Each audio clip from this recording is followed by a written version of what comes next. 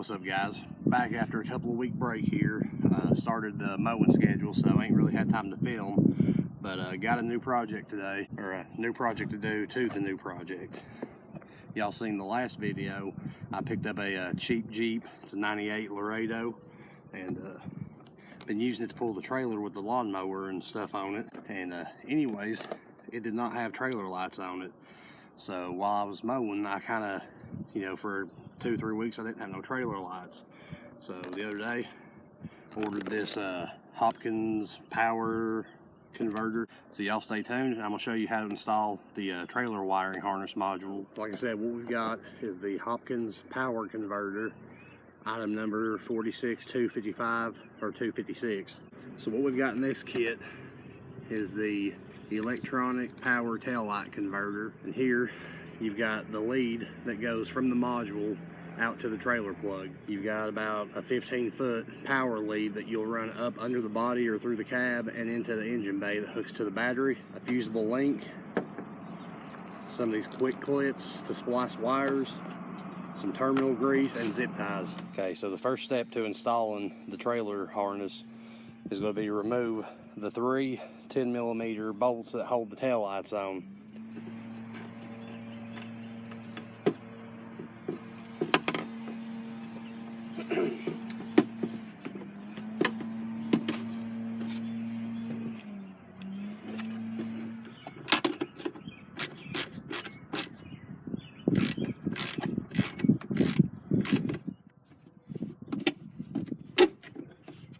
So what I've done now is pulled the grommet out of the body and pulled the harness out.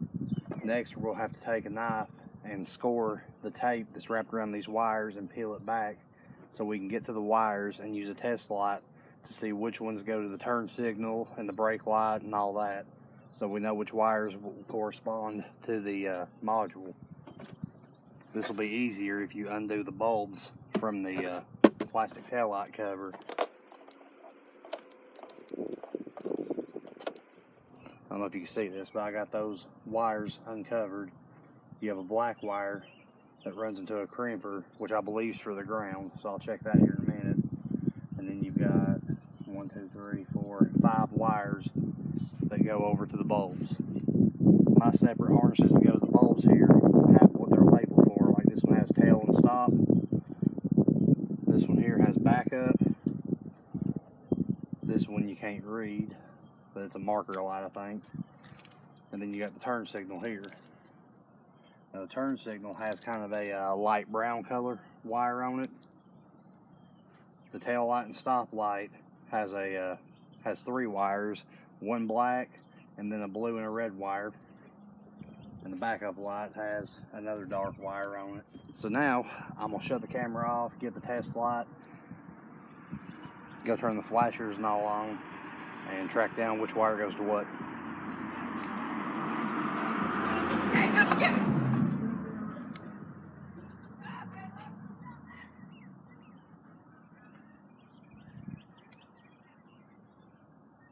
Can't stand stupid people.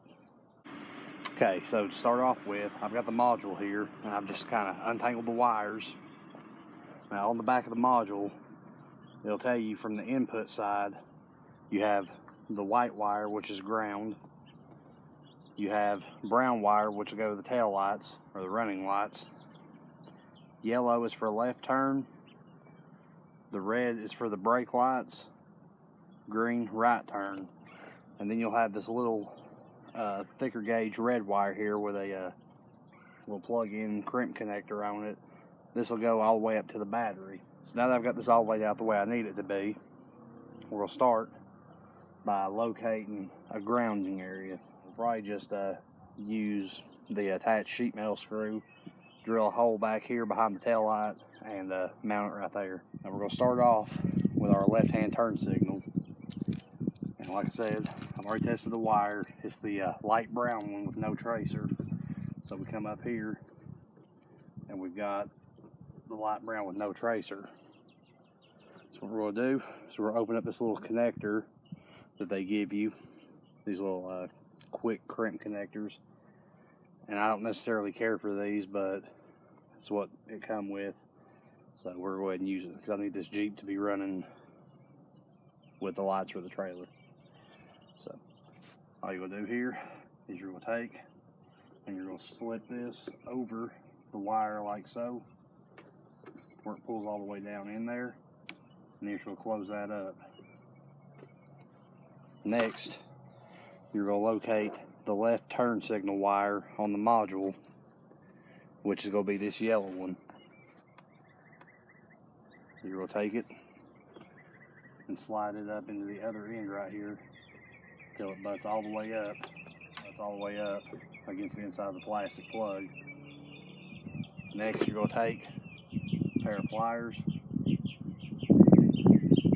push the little crimper down together.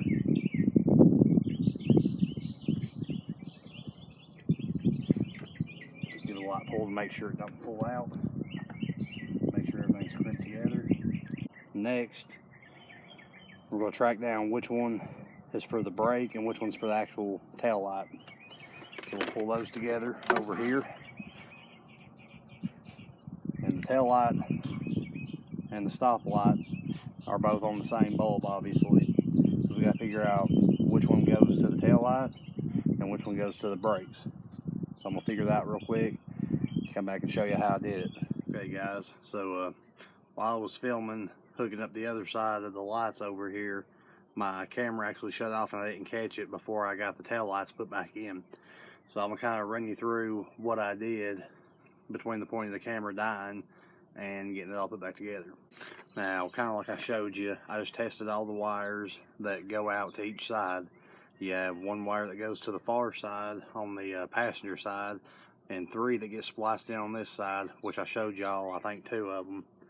And once you get those clipped together, then what you're going to do is you're going to take the ground from the module and you're going to drill a hole for it in the body behind the tail light. Use the supplied screw they give you with it to tighten down for your ground. And the last thing I did was ran the power wire from the battery through the fusible link up front, and I ran it down through the body on the inside and out the back to the module. I'm going to show y'all where that comes through. You can see I've got the wires fed into the body panel right there through the grommet, and it goes down to the module, which is up inside the bumper cover. Then you got the green wire that runs out to the other side. It runs under the bumper cover and up right there behind the tail light. Now that red wire you see coming out in the slit in the rubber, it goes through the inside of the cab, along the door trim, and then through the firewall and into the engine bay. So once I got all that hooked up, I just came down here and zip tied the wiring harness that goes to the plug to the trailer up along the bumper cover on the inside, and then let the wires hang down. And what I'm about to do now is use some of this little corrugated wire loom. I'll slip this over it and zip tie it up out of the way.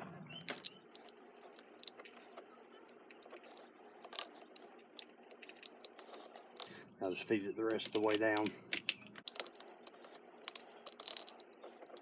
And once I get this done, we'll go through and tape it up at different areas around it to make sure the wires stay tucked inside. Okay, got that done. Now just go pull off another piece of tape right here at the end. We'll take and tape it off right where the wires start at. Kind of wrap it up and try to seal it off a little bit. And that should keep the wires from popping back out through the loom. Now I'll zip tie this up to the side and we'll have our plug from our harness that goes out to the trailer. That's how you install the Hopkins trailer light harness on a Jeep Grand Cherokee ZJ. It works, I'm happy with it, and now I can use this Jeep for my mowing business. All in all, it took me about an hour to do it, so it wasn't too bad.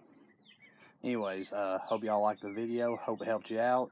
Don't forget to like, comment, and subscribe. You can check me out on Facebook and Instagram at GC Off-Road.